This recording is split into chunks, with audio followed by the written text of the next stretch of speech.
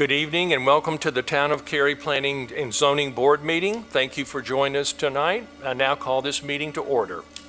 Our board clerk, Julie Mitchell, will take roll call for this evening. Thank you, Chair. The following board members are absent this evening: Jessica McClure, Mike Roselli, Chris Johnson, and John Sorrell. I'll mention the board members who are present. We have Andy Coe, Sean McAndrew, Stephen Crutchfield, Don Hamilton, Mary Jo Hill, and Jeff Moncrief. Thank you.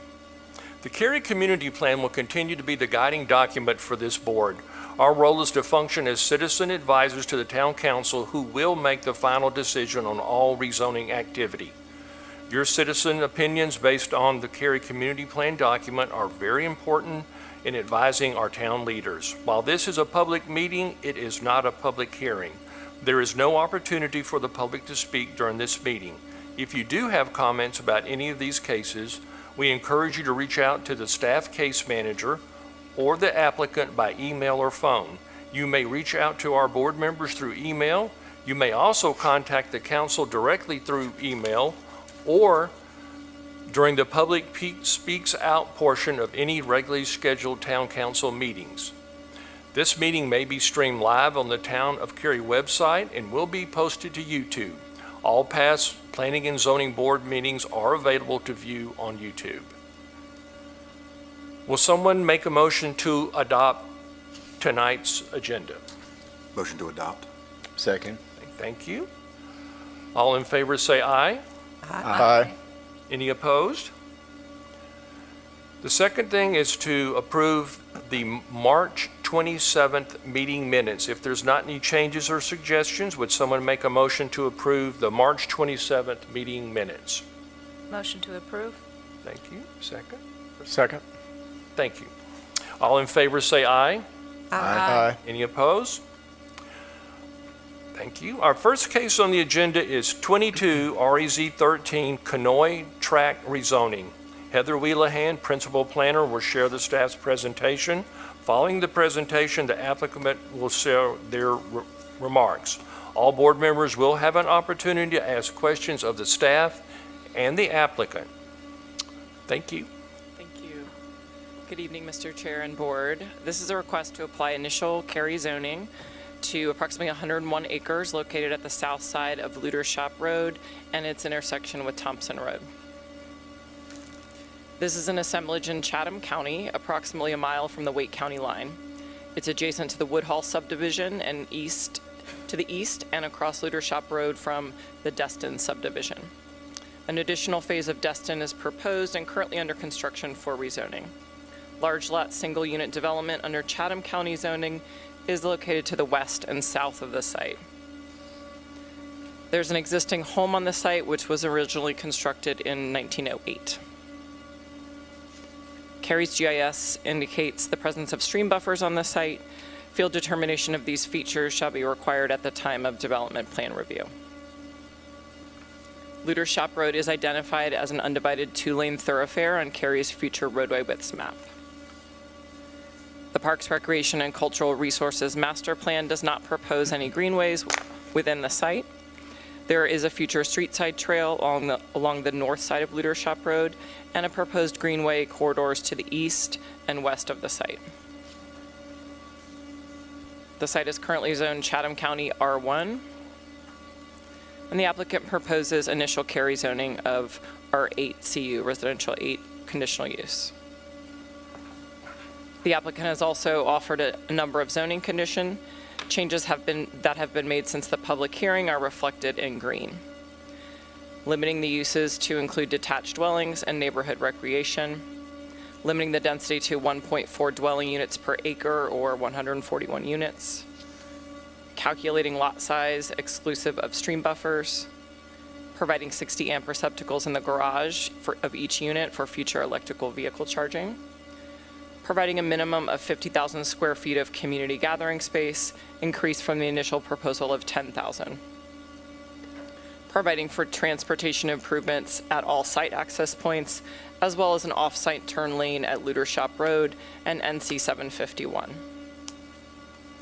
Providing a 13 west of Thompson Road, 15,000 square foot minimum along the perimeter adjacent to the Woodhall and Thompson Creek neighborhoods, with a 10,000 square foot minimum in the remainder interior portion of the site. Prohibiting of individual driveway cuts along Thompson Road. Providing a 4-foot high berm planted to a Type A standard within the Thompson and Luter Shop Road streetscapes. Providing a minimum 10-foot side setback for all lots. And committing that 14 lots west of Thompson Road and 60 lots east of Thompson Road must be adjacent to open space such as streetscapes, perimeter buffers, stormwater control, or natural riparian buffers. The applicant has also offered a concept plan as an exhibit that helps demonstrate a number of these and additional zoning conditions, including the minimum lot sizes of 13,000 west of Thompson Road, 15,000 along the perimeter of the site, and the 10,000 square foot lot commitment on the interior section of the site east of Thompson Road. The 50-foot streetscape along Luter Shop Road, which may be averaged to no less than 50 feet. This is a 20-foot increase to the LDO requirement. As mentioned, the applicant's proposing a condition as well to include a 4-foot berm to be planted to the Type A standard within this streetscape, as well as the 30-foot streetscape along Thompson Road. A 50-foot Type A buffer along the larger Chatham County lots on Thompson Road and Old Thompson Creek Road, and a 20-foot buffer along the Woodhall property line. The applicant has committed that these buffers will be located in common open space rather than on individual lots. A 50,000 square foot of community gathering space, which is 10 times the LDO requirement. And the applicant proposes a 1.7 acre area of undisturbed open space. And they're proposing to preserve the existing cemetery on site. A preliminary analysis of the request against the Cary Community Plan included an analysis of the site in the context of the Chatham-Cary Joint Land Use Plan. The joint planning area within Chatham County is one of Cary's special planning areas, which includes considerations above and beyond the general plan policies. The subject site is within the low-density residential subarea, as indicated by the star on this map. The Joint Land Use Plan recommends gross densities between 1 and 2 units per acre in areas designated as low-density residential.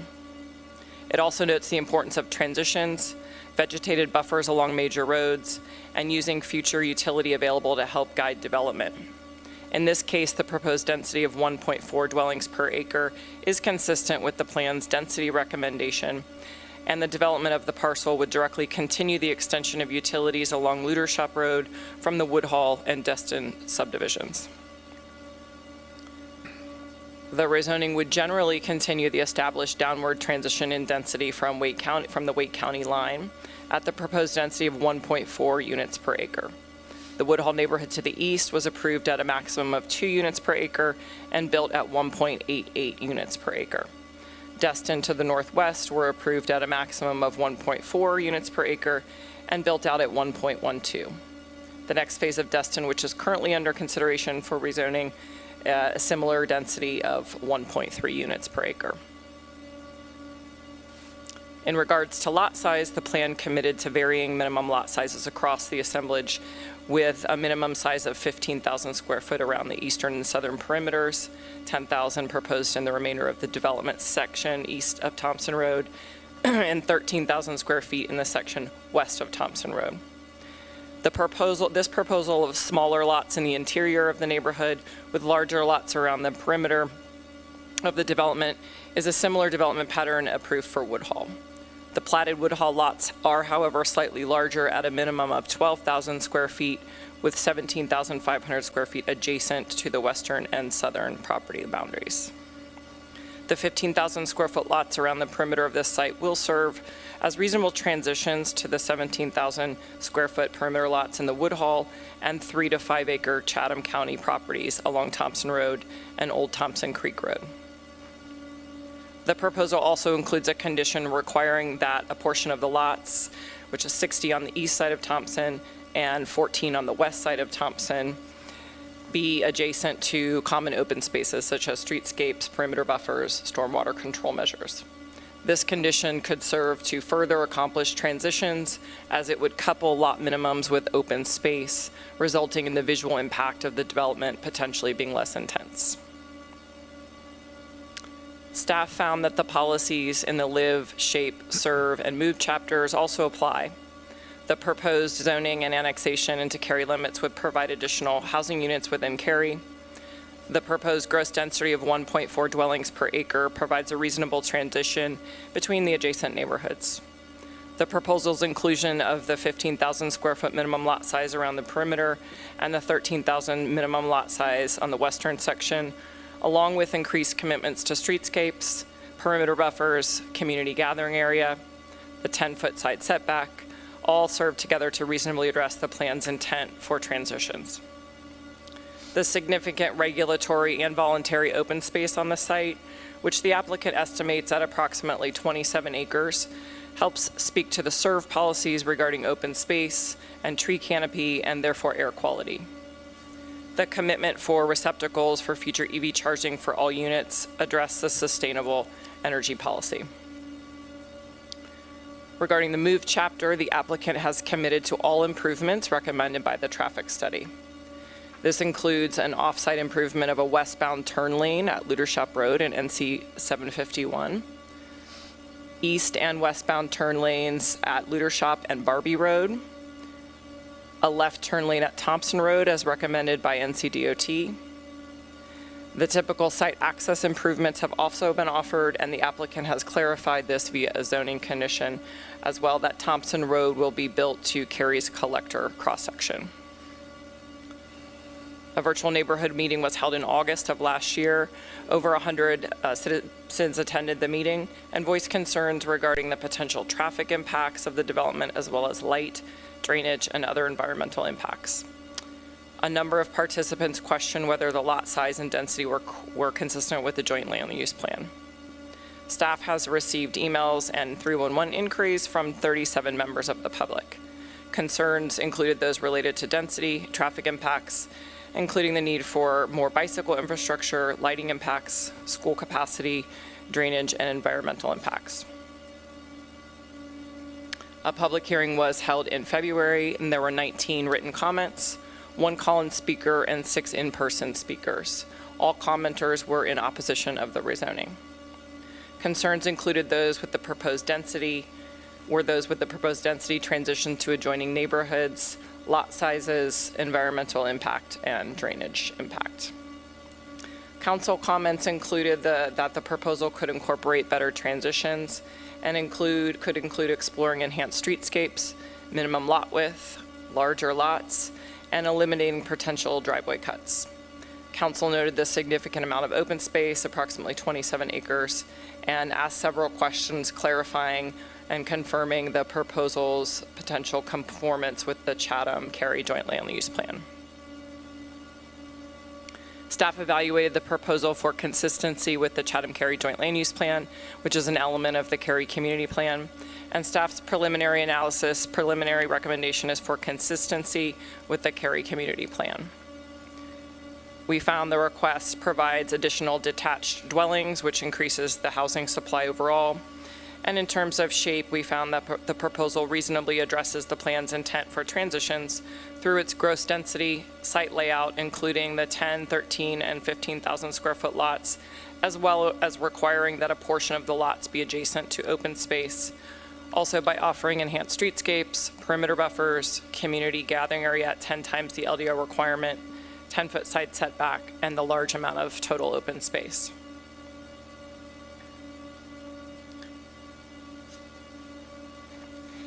This concludes my presentation, and following the applicant's comments, and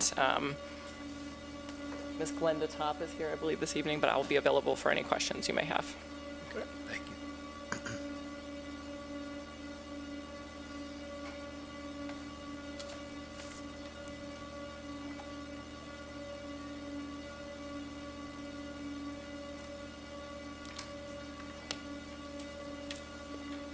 Good evening, Chairman and members of the Planning Board. My name is Glenda Top with Glenda S. Top and Associates.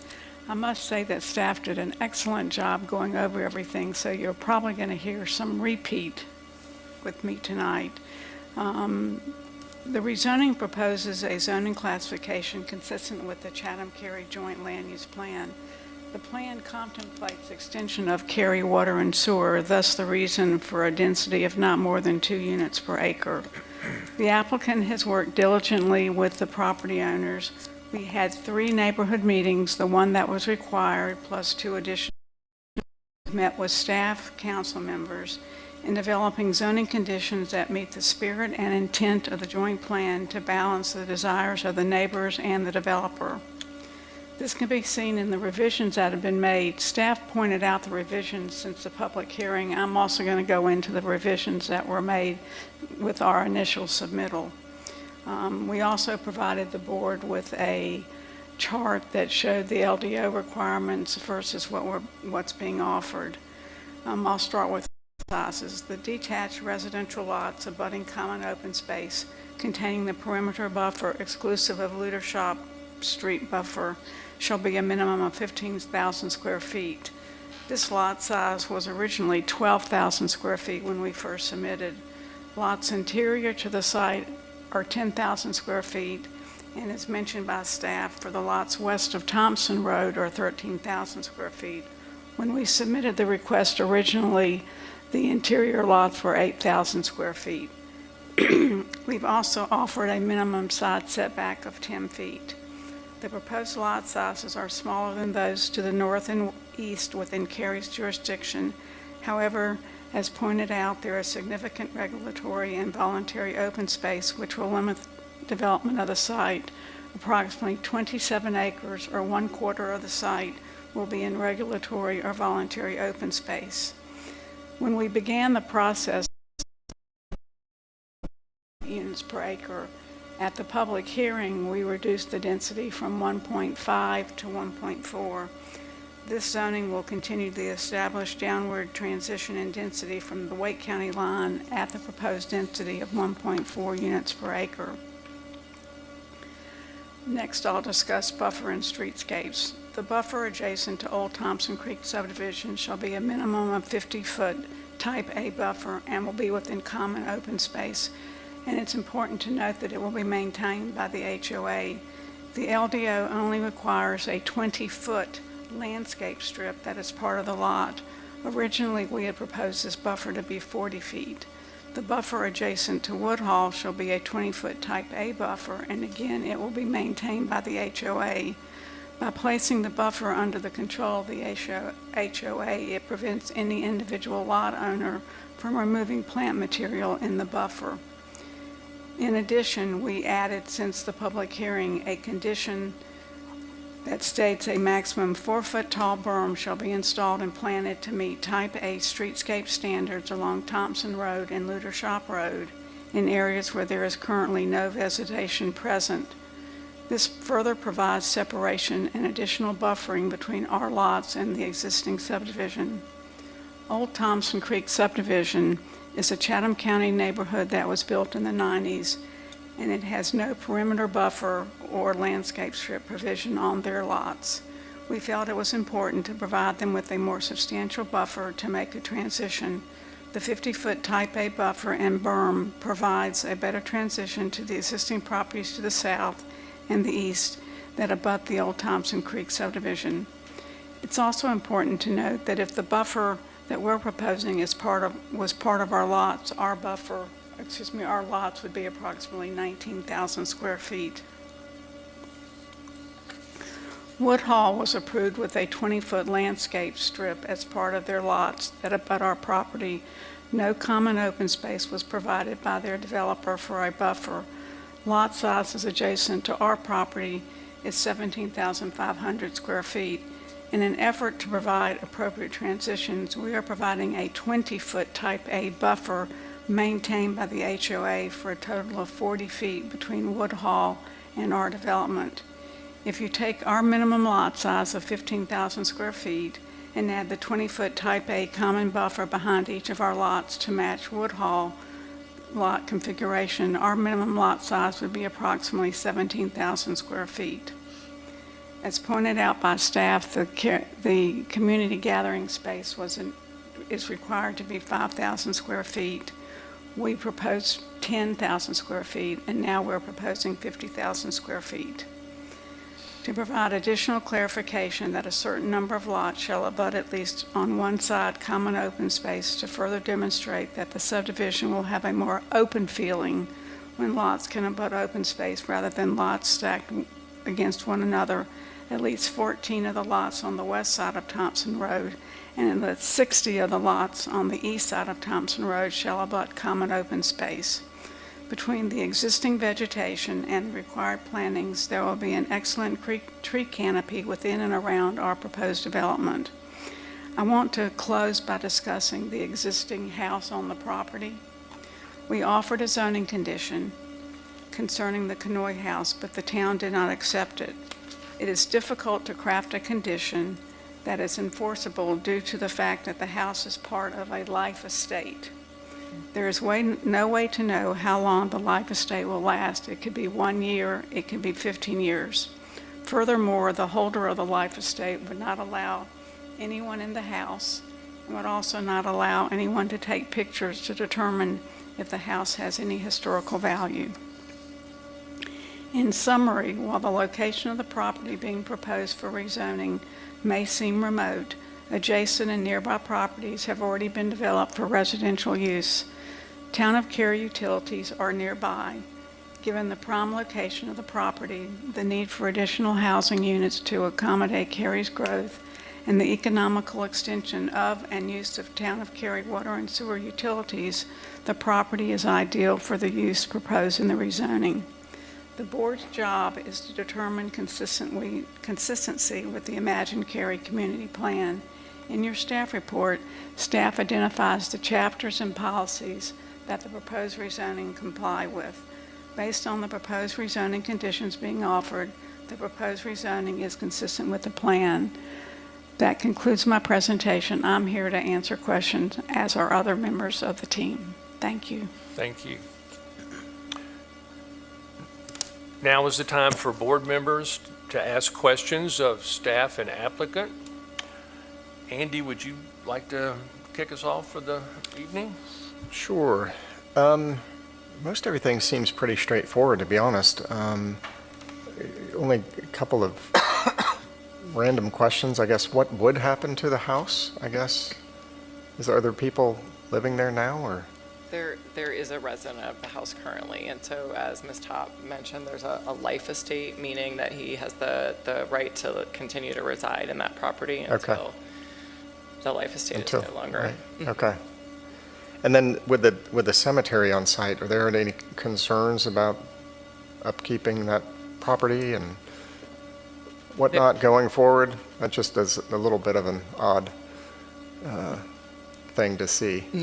We do have several rezonings around town where that has been incorporated. Existing cemeteries have been incorporated as a preservation component, and that will be maintained by the homeowners association. Okay. Yeah. They're equipped to do that, I assume. They would be required to do that, yeah. Okay. No further questions. Thank you.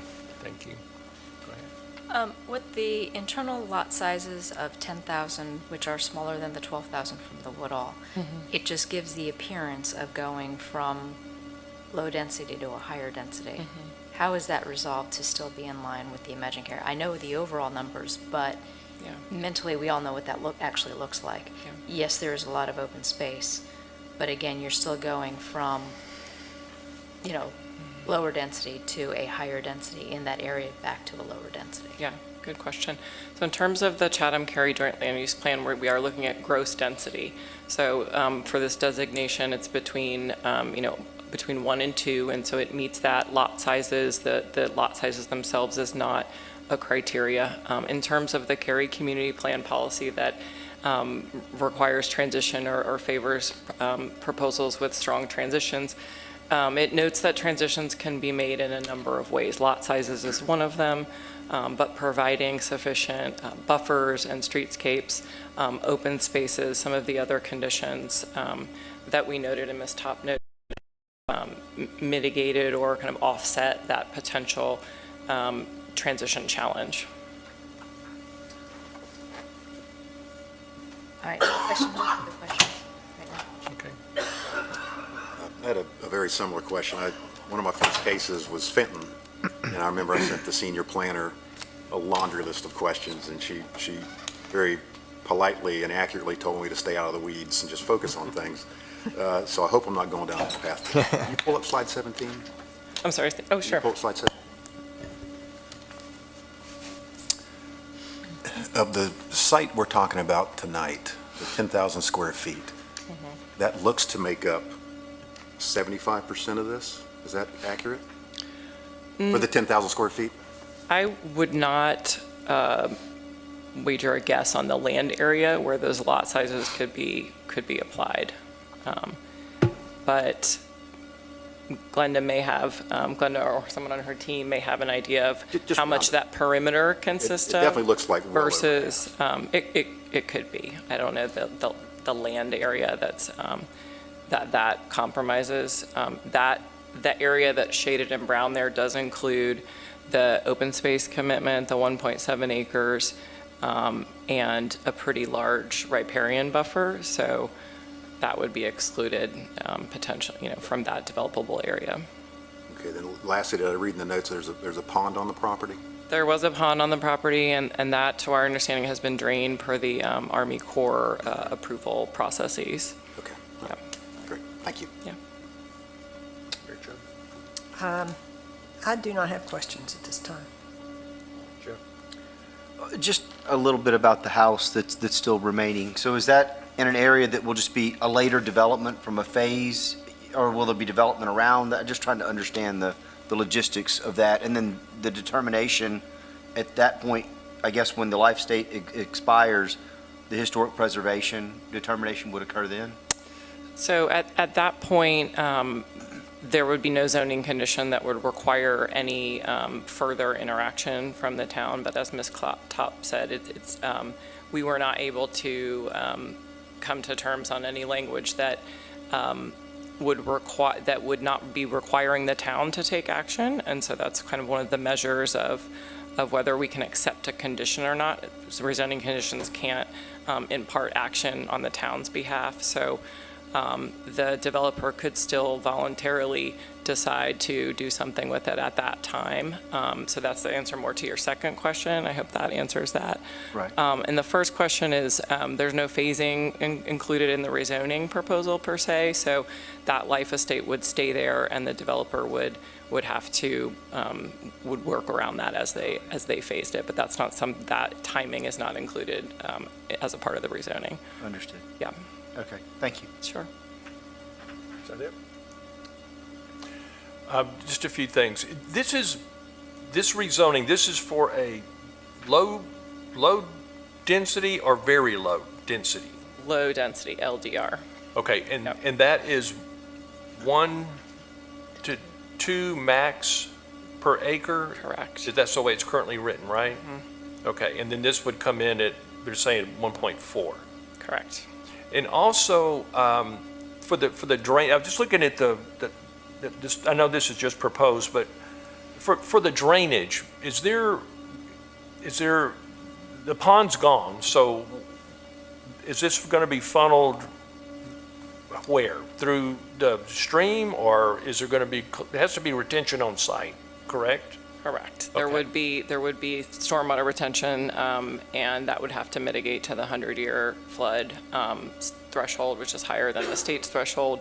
This concept plan does not commit them to a location for that device, but yes, that would need to be. So you on guys site. will work that out with them? That would be worked out development plan. Okay. review, Yes. And then you adhere to like it'll be the 100-year floodplain for this area, which could be more than other areas, right? You guys look at the topography, how much, the only reason I'm saying all this is because, you got Jordan Lake over there, stuff kind of flows that way, I'm guessing, I don't really know, but, and it just seems that the requirements for drainage in this part of the area might be more than others.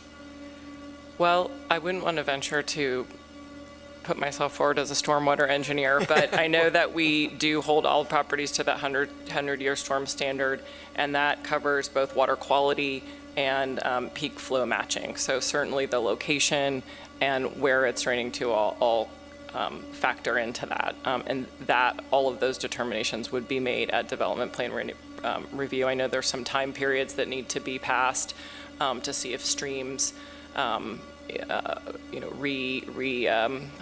whatever the word is when a stream regenerates, perhaps. So all of those thresholds for the Army Corps would need to be met, and those time periods would need to be observed. And our stormwater and environmental team would be reviewing that as we move forward in the development plan review process. Okay, and then the town does not recognize, you can't add the lot size with the buffers to come up with that's really not something the town, it's a fact, but it's not something you recognize in planning. Is that right? Well, we are recognizing it as one of the factors that does contribute to the overall kind of visual impact and the feel of the lot feeling less dense. We do look at the actual lot size, that 10, 13, and 15,000 square foot. Those would be the lot sizes exclusive of the buffers and exclusive of the riparian areas per the conditions here. So it's a point of comparison, but they're not included in the lot sizes. Right. I mean, it's an interesting point of comparison. It's not one that comes up very often with us, but I mean, I know it's factual and I recognize that, but it's just not something we've heard a lot in past cases that come before us. And then just lastly, the kind of the undisturbed area that's on this proposed, that just would stay wooded? I mean, it's not an area where drainage would go, because we've already said that's going to go to be determined. It could be if there's natural drainage areas that populate there, but it would be undisturbed, not required to be revegetated to any standard, but also not able to be cleared. Okay, gotcha. And then, I said last, but I didn't mean that. On Thompson Road, the buffers that are going to be there, that's going to be 4-foot berms that'll go in there, and there won't be fencing on the berms, right? It'll just be... They are committing to plant them at the type A standard. So within the 30-foot streetscape on each side, there would be a 4-foot berm, and that would be planted. So it would be vegetated. Okay. All right, thank you. Did anyone else think of any last-minute questions that you didn't get to ask earlier? No? Thank you very much. Okay, having listened to the discussions, would someone like to make a motion for 22 REZ 13 Conoy track rezoning?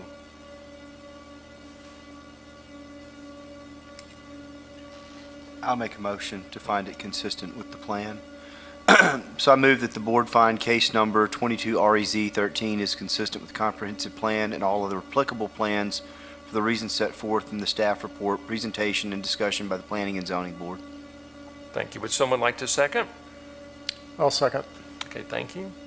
Jeff, what are your thoughts? I mean, I think that there are some, areas that have less density out there than what we're proposing here, but there also, the development that's happened has been at these similar density levels, and I think the conditions that have been offered, you have 27 acres being set aside that's undeveloped, which will maintain, an area. Obviously, the transitions will be key, and I think that the setbacks that they've offered and the type A standards and the berms do the best you can do with, a challenging problem, which is, outward migration into rural spaces. But I do find it consistent. Thank you. Andy, comments? I agree with Jeff, and I think, as noted by the Town of Cary staff, that the plan fits the move, live, shape, and serve areas of the Cary community plan, so I support this rezoning. Okay, other comments, Don?